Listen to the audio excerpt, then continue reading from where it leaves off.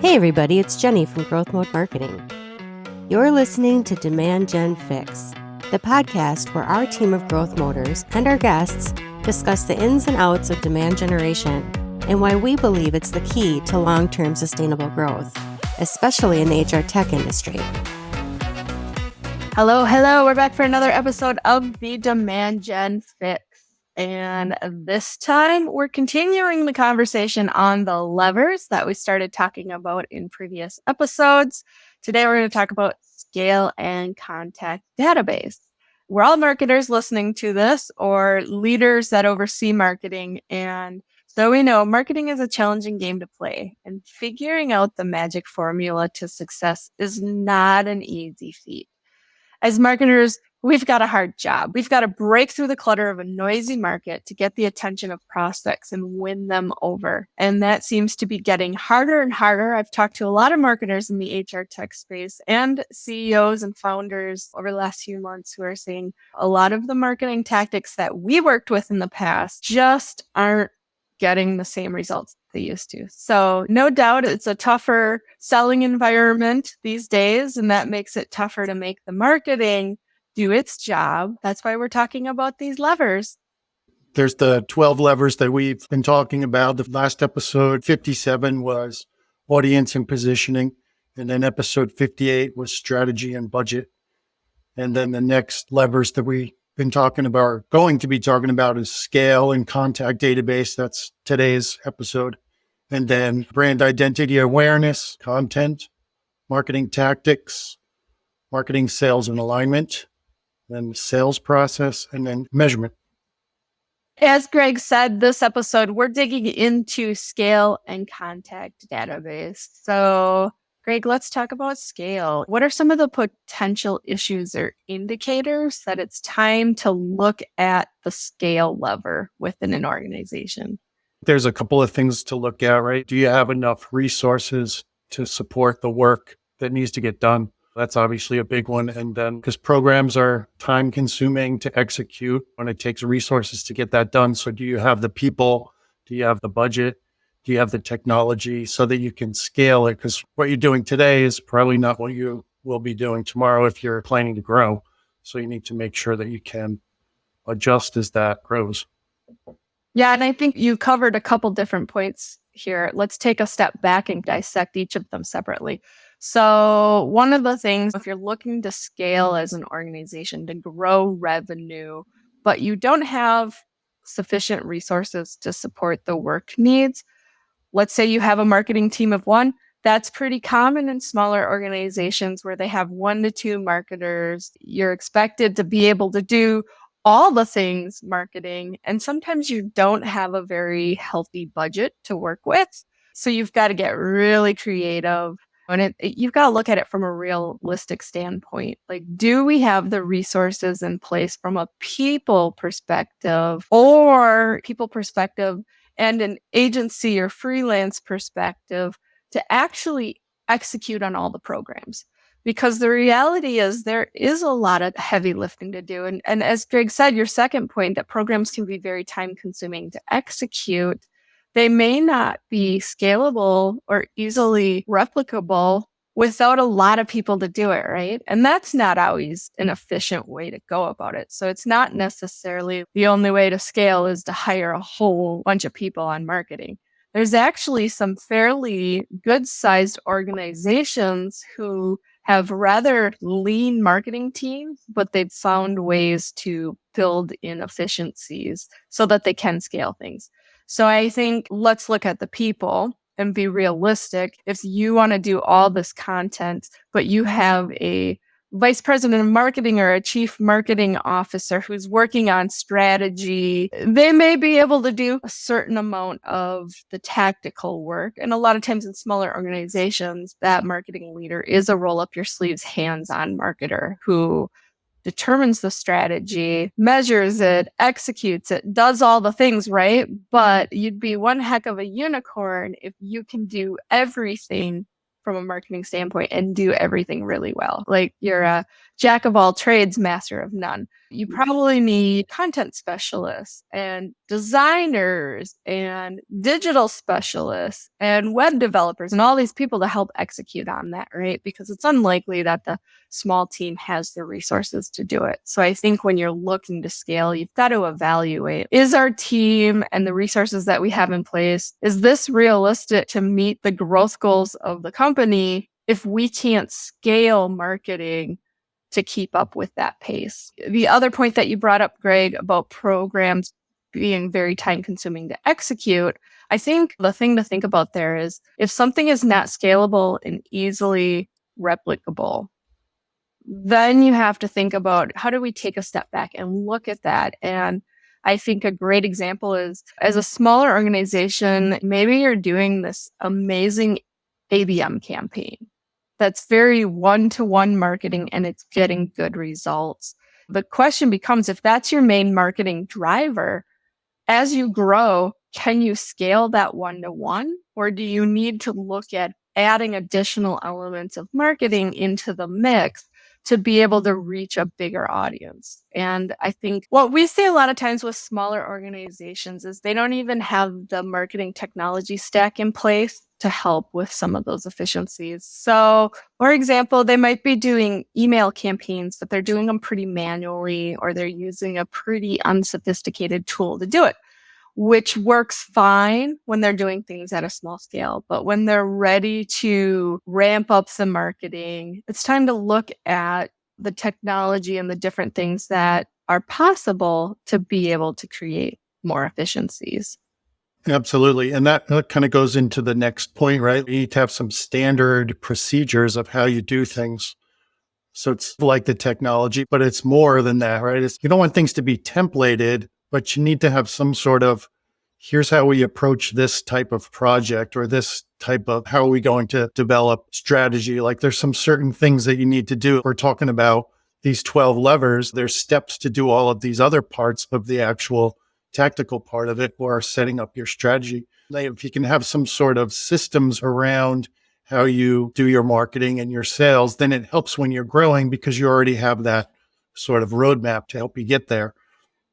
Yeah, I would think of it as documenting standard operating procedures for marketing. I think a lot of organizations overlook that piece. And then what happens when you have somebody on your team that has critical knowledge and was the brain holder of this information and they knew how to do it and they could just whip it out? The next person that comes in has to figure it out all over again. And I think when you have those documented standard operating procedures for your marketing, you're really systemizing your marketing and sales for rapid growth, because you're saying, okay, email campaigns, let's map out all the ways that we set up email campaigns and the type of email campaigns that we set up and what that workflow looks like, so that your team is not reinventing the wheel each time, especially if new people come onto the team. It's just good to have those things documented to be able to do it. And to Greg's point, it doesn't mean you don't have flexibility and you don't bring creativity to the table with your marketing programs. I use email as an example, but really anything. So map out the types of content that you're going to create and who's the best audience for it, what stage of the funnel they're in. Like, document all of those things so you have that blueprint, but then of course revise them as you go to say, okay, you know what, our digital advertising, this is the model we've been running. We're learning these things from the metrics that we're tracking on it. We probably need to make some adjustments. So then you go in and you adjust that standard operating procedure for that. Because then as an organization grows and scales, in theory, your marketing team is going to grow and scale too. So you are going to have those new people come in and you want them to be able to hit the ground running. You don't want your team to lose inefficiencies because they're trying to figure out how things were done in the past, and everyone's on the same page on how to look at things and how to get things done. I think it'll help too as you build your tech stack out more. Because if you already have, we use an email again as an example, if you already have their basic email and this is the process that we use, then when you get into a bigger system, you already at least have a process. It's not like you're starting from scratch. Even with that nasty 2-letter word again, they say everything with AI, if you can put it in a template, you can make AI do it for you, right? Like, so we're going to get to that point. So if you start documenting things now, you already are a step ahead later when you start to bring in these other different tools. Yes, and I think you bring up a good point. That is certainly a topic for another episode. But when you're looking at scale in the marketing department and how to build efficiency, there comes a point where you probably need to take a step back and say, how can AI help our team? And I know I've talked to a lot of marketers in the HR tech space who are currently dabbling in it, looking at it, trying to figure it out. We're all trying to figure it out together, right? Like, how do we use AI to enhance and help marketing, not to replace important things and creativity and all those things, but to create more efficiency? For example, we're going to talk about contact databases next. That's a very tedious thing to have to sort through a spreadsheet and clean it up when you purchase a list or you pull it out of Salesforce or whatever your sales CRM is. Maybe AI can be used there as one of the ways to scale your team's efforts without adding more resources to it. And speaking of skill sets, I think another thing when you're scaling marketing is looking at your current team and the skill sets that they have and whether you need to augment your team with more skill sets, a wider variety. Because the reality is there are a lot of marketers out there who are somewhat of generalists. I have been in that role myself where I've come in, I've been the leader of marketing who started the team from scratch. So I had to do everything from the beginning. But there were certain things that it was like, okay, my limited design skills are never going to match the skills of a professional graphic designer, right? I can do some basic stuff, but I'm not going to go design a whole brochure while I'm copywriting it. And then I'm putting it on the web and developing it. And believe me, I've done all of those things. So I speak from experience. I know enough to be dangerous, but I'm certainly not an expert in every one of these components. You want to look at that from a scale standpoint and think about, okay, if we're going to grow as an organization, which means our marketing needs to incrementally grow as the revenue grows, because most likely the volume of marketing you're doing and the type of marketing you're doing in the beginning is not going to be the exact model you have to use as you get further along, right? Like, you're going to have to continue to expand your marketing and build more programs and get more sophisticated as you go to help with the momentum of building more revenue. So you have to figure out, do we have those skill sets? And if we don't, how do we go about finding those skill sets? And sometimes I think the answer is not always go hire someone and build out a team. Like, I've worked at organizations that were private equity backed where I was the marketing leader. And one of the things they looked at is, because we want to eventually get sold, we want to keep our fixed costs for the organization in check, which means we don't always want to hire employees, which are considered fixed costs. So we had a model where we would work with freelancers and agencies for a lot of things to build out that skill set, because one, we looked at it as this is a short-term need, probably 1 to 2 years, and then the company would hopefully be acquired, and we didn't want those fixed costs. And two, we wanted the versatility or the flexibility in the budget and the resources to be able to ramp up and ramp down based on how the company was doing. And that's a lot harder to do when you have fixed employees on there, because you don't want to constantly be impacting people's lives by laying them off shortly after you hire them or within a year or two of hiring them. But you need that flexibility to say, okay, we have a peak in work. Let's pull in our agency. Let's pull in freelancers to help get this done. But okay, we need to cut back on budgets right now. Let's just trim back our outside spend versus having to look internally. So some of the solutions to these issues or red flags, I think one of them is looking at, if you're a smaller team or a smaller organization that doesn't have marketing built out yet, I think one of the solutions you can look at is an outsourced marketing department. That is working with an agency like GrowthMode Marketing, where we come in and we're your team. So you get that variety of different skill sets that may be needed. And the reality is, what you might pay for one person or two people to have specific skill sets on your team. You bring in an agency, you have a much broader level of skill sets. So you get all the things you need from marketing without having to build out a 10-person team. That's one way to look at it. The outsourced marketing department typically isn't going to be a permanent solution for companies. What we see with organizations that we work with is often they'll bring us in to be their outsourced marketing department for, I would say, 1 to 3 years. And as the organization grows and they get more mature, we've built out the foundational marketing things for them. We've tried to dial in all the levers as much as we can so that when that first person or second or third person comes into marketing, they're not starting from ground zero. They're picking up and they're starting to build marketing programs even further and start to bring roles internally because now they know we can support a full-time graphic designer. Whereas 2 years ago at the size of organization we were, it wouldn't have made sense to hire that role or some other role on the marketing team. I think one of the other things that goes hand in hand with that is building out your MarTech stack as far as getting ready. To scale, you need to start getting ready to automate things. And how do you start to get that implemented? And the next topic, contact database, how do you get your information in there? How do you make sure that it's clean and useful? Yep. And when it comes to a marketing technology stack, when you look at how you scale your market, there are literally thousands of marketing technology options out there today to choose from. Some companies go with a very simplistic tech stack. Like they may have one thing. It may be, we have HubSpot and that plugs into Salesforce, or we have the full suite of HubSpot and we use that as our sales CRM and our customer CRM as well. Or some organizations choose to really build it out and they might have Marketo, they might have 6 Sense, they have 5 different things that they plug in.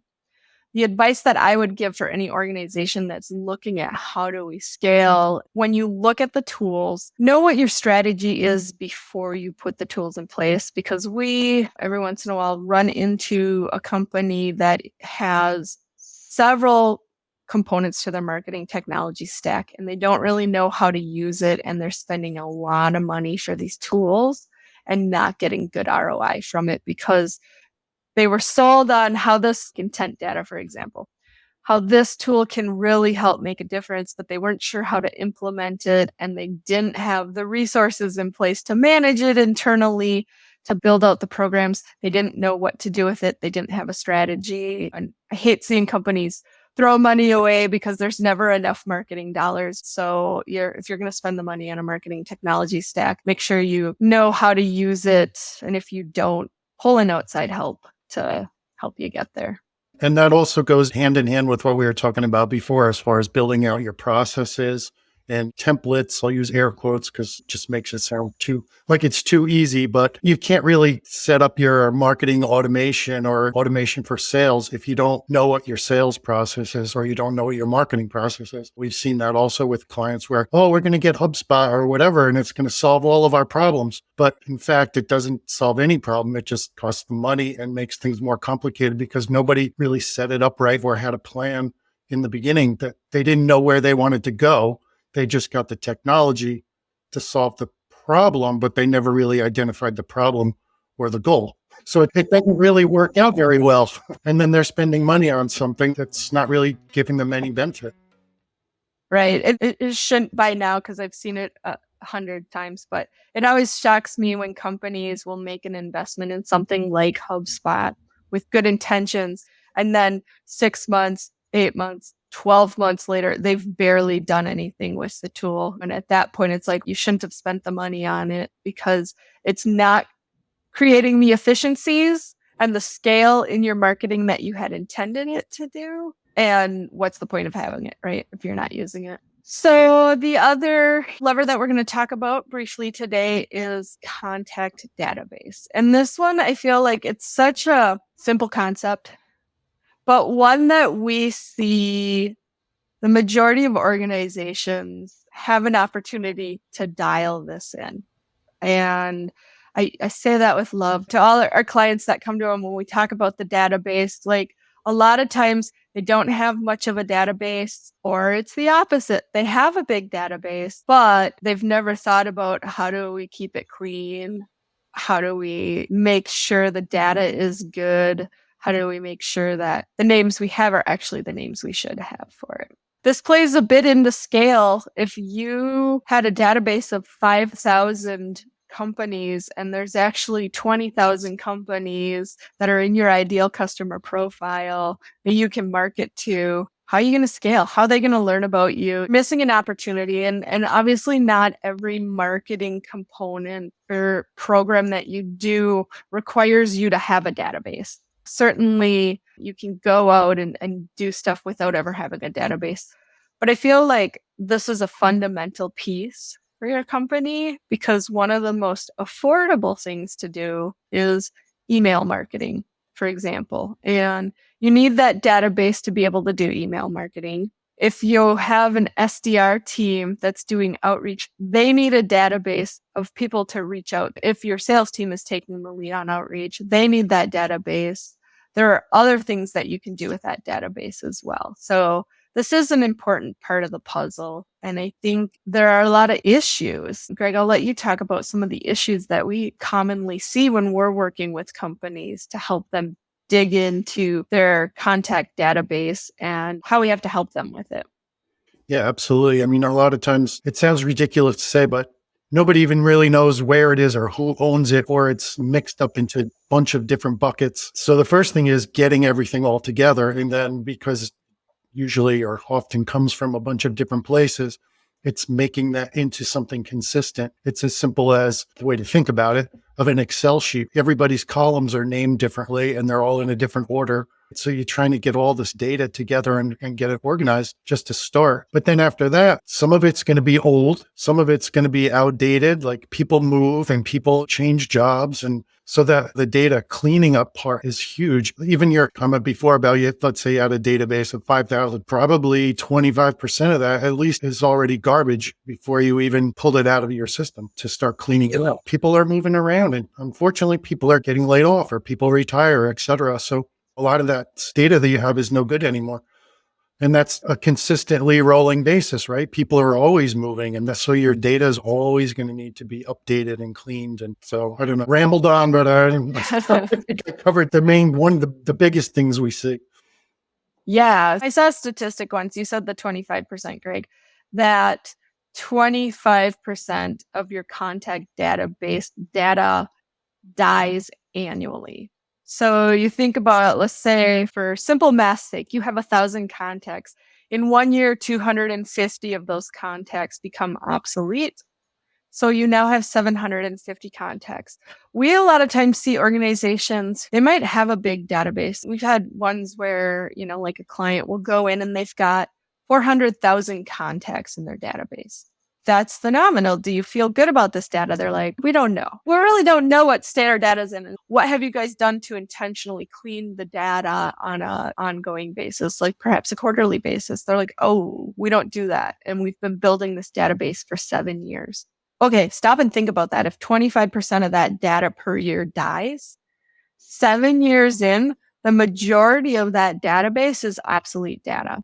And this is a very common challenge. I think a lot of organizations struggle with how to keep the data clean. Then you throw in the issue that Greg talked about, which is we don't know how big our database is. We don't know who all our contacts is. And you can sit back and say, how does that happen? Come on, you don't know who your clients are and who your prospects are. And it's called disparate data because there are multiple systems, right? And there's no system of record. This is actually very common, especially as organizations grow and add technology. Like I worked at an organization once upon a time as the marketing leader where we were trying to figure out how many clients do we have and how big is our prospect database?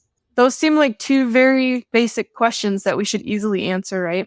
But we had 3 different systems, tech platforms, where data was stored and none of it was connected. So we had a really hard time matching this all up. And that's pretty common for organizations. The other things that we see with contact databases is you may have contacts, but the records are incomplete or missing data. For example, those 400,000 contacts you have, if only 20% of them have email addresses, okay, you don't have 400,000 contacts that you can put into your marketing automation to email. You now have 20% of that. And that's before the data is obsolete, right? So now you've got this really small percentage of your total database you can actually work with.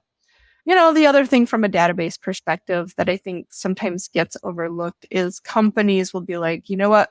We're going to go after a new audience. So for example, you may have built out the prospect database in the past with manufacturing companies and healthcare systems. And now you've decided you're going to go after a new vertical. Let's say it's retail, but your database doesn't have anyone in retail in it, right? So then you've also got to look at, from a contact database standpoint, okay, how do I build out a database for this audience now? And the simple answer is go out and buy this data. I think this is also a whole nother topic for a different episode on debating, do you buy data?